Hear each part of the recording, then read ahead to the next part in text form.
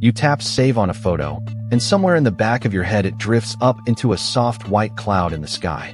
It does not. That photo drops onto a spinning metal disc inside a windowless building the size of 30 football fields, humming out in a desert. It is sitting on a shelf right next to a million strangers' photos, in a room guarded like a bank vault. And that building is drinking a swimming pool of water every single day just to keep from cooking itself alive. The cloud is not in the sky. It is a warehouse, and in the next 10 minutes, I am walking you all the way inside one. Almost everyone alive today trusts their entire life to something they call the cloud. Your photos, your bank records, your private messages, your job, your medical files, all of it lives out there somewhere. But almost nobody can picture where somewhere actually is. That gap matters more than it sounds. These buildings pull city-scale electricity. They swallow enormous amounts of water. And they are the quiet physical reason your power bill and the AI boom are now crashing into each other. Every time you ask an AI a question, a rack of chips in one of these buildings lights up and burns real power to answer you. If you do not understand what a data center really is, you do not really understand the internet you live inside every single day. So here is the one mental model that the whole video hangs on. A data center is just a giant, extremely paranoid building whose only job is to keep thousands of computers running, cool, and online, forever, without a single interruption. Every part of it, the power feeds, the cooling, the backups, the guards, exists to protect that one promise. Think of it like an intensive care ward, except the patients are machines. The entire art of the place is simple to say and brutally hard to do. Keep the heat out. Keep the power in. Never, ever let it stop. Start with a single server, because that is the basic brick everything is built from. A server is just a stripped-down computer with no screen and no keyboard, built flat and wide like a pizza box so it can slide into a metal frame called a rack. One rack stacks about 40 of these units on top of each other, and a single hyperscale hall lines up thousands of racks in long straight corridors. So you are really looking at a warehouse full of computers standing at attention. Now follow the power, because every chip inside those servers turns electricity directly into heat. A single hyperscale data center can draw over 100 megawatts. To put that in something you can feel, that is enough electricity to power roughly 80,000 homes at once. So these buildings do not plug into a wall. They connect straight to the high-voltage grid, the same way a small city does, with their own substations humming out front. Here's a question. What happens to all that electricity?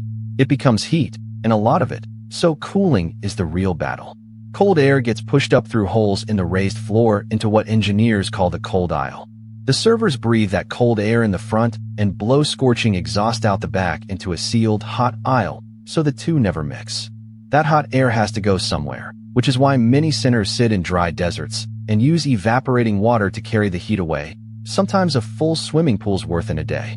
Next comes redundancy, because these places are simply not allowed to ever go dark. Picture the grid suddenly failing at 3 in the morning. The building does not even flicker.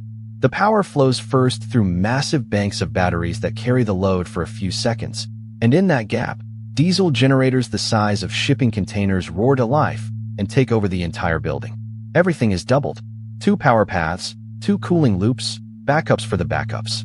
The industry even has a name for the goal, 5 nines, meaning the building aims to be online 99.999% of the time, which works out to only about 5 minutes of downtime in an entire year. Now wrap the whole thing in security, because your data is the treasure inside the vault. There are fences, cameras everywhere, and man-trap, doors that lock you between 2 sets of doors until a fingerprint or an eye scan clears you. Staff verify every single person who walks in, because physical access to those disks is physical access to millions of people's private lives. Finally, connect it to the planet. Thick bundles of fiber optic cable, some of them running for thousands of miles under the ocean, plug the building into the global internet. Data travels down those glass strands as pulses of light, which is why your photo can leave a shelf in a desert and land back on your phone in a fraction of a second. And here is the twist that ties it all together. Almost nothing in the building is actually about computing. The servers are maybe the smallest part. The rest of that enormous space is power and cooling and backups whose entire purpose is to babysit the machines so they never stop. Let me anchor this in a real place. There is a stretch of Northern Virginia nicknamed Data Center Alley. That one region is the single largest data center market on Earth, more than twice the size of its nearest rival, and its data centers combined already pull more electricity than many entire countries do.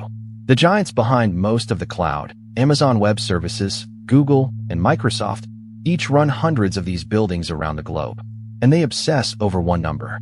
Engineers grade a data center with a score called PUE, which stands for Power Usage Effectiveness.